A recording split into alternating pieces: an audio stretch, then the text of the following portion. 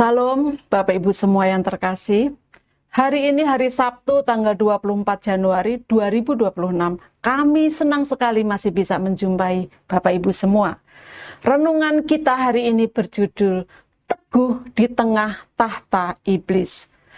Firman Tuhan kami ambil dari kitab Wahyu pasal yang kedua, ayat yang ke-13, demikian bunyi firman Tuhan.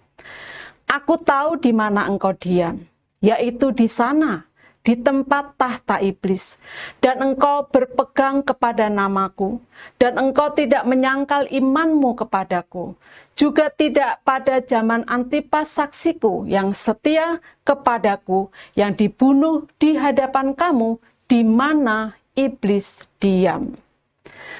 Pergamus bukan kota terbesar di Asia Kecil, namun ia sangat berpengaruh. Terletak di barat laut Asia Kecil, kini ia bagian dari Turki modern.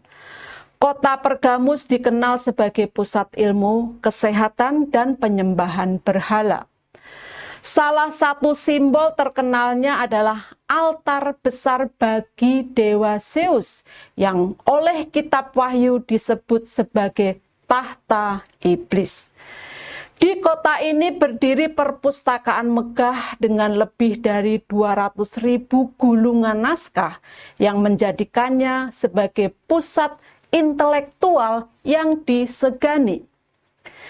Dewa Asklepios atau dewa penyembuhan juga disembah di sini, dan simbolnya adalah ular yang masih dikenal sebagai lambang medis hingga kini.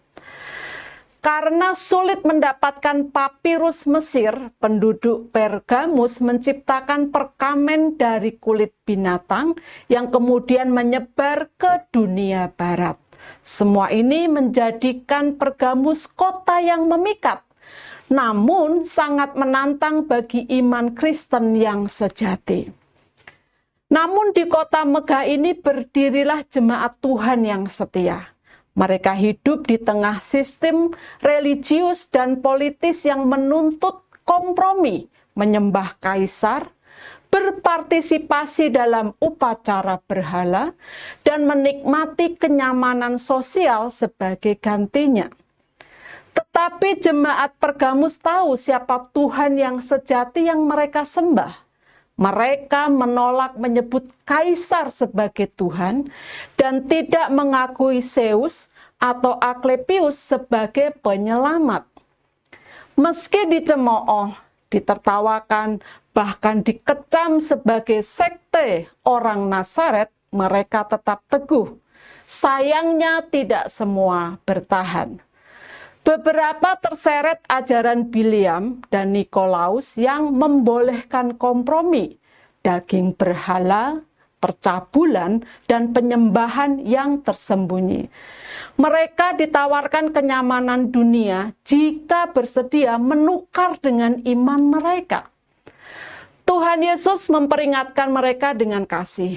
Aku tahu di mana engkau diam. Ia tahu tekanan mereka, tetapi ia juga memanggil mereka untuk bertobat dan kembali setia. Kita pun hidup di zaman yang tidak kalah rumitnya. Dunia menawarkan beragam bentuk kompromi, kemudahan, pengakuan, keamanan, jika kita mau sedikit mengendurkan kebenaran dan iman kita. Tetapi seperti jemaat Pergamus, kita dipanggil untuk memilih Kristus atau dunia. Apakah kita lebih senang untuk memeluk budaya populer atau firman yang hidup? Apakah kita tetap murni saat semua orang lain mencemari hidup mereka atas nama toleransi? Kita tidak punya altar Zeus hari ini, tetapi kita menghadapi berhala dalam wujud uang, status, pengaruh, dan hiburan yang menyusup diam-diam. Tantangannya tetap jelas, tetap setia meski harus dikucilkan. Iman sejati diuji bukan dalam kenyamanan, tetapi dalam tekanan. Yesus tidak meminta kita sempurna, tetapi tetap setia. Ia berkata, kuatkanlah hatimu, aku telah mengalahkan dunia. Di tengah dunia yang goyah, tetaplah berdiri teguh, karena Kristus telah menang. Jangan tukarkan kebenaran demi rasa aman yang palsu.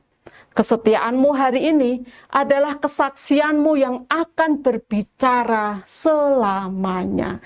Kata-kata bijak. Kesetiaan sejati diuji bukan saat dunia mendukungmu, tetapi saat dunia menuntutmu untuk menyangkal salib. Bapak Ibu, mari kita tutup renungan hari ini dengan berdoa. Tuhan, tolong aku agar tetap setia kepadamu, sekalipun dunia menawarkan kepadaku jalan yang lebih mudah dan nyaman. Dalam nama Tuhan Yesus aku berdoa dan bersyukur. Amin. Puji Tuhan, kiranya renungan hari ini menjadi berkat bagi kita semua. Tuhan Yesus memberkati. Amin.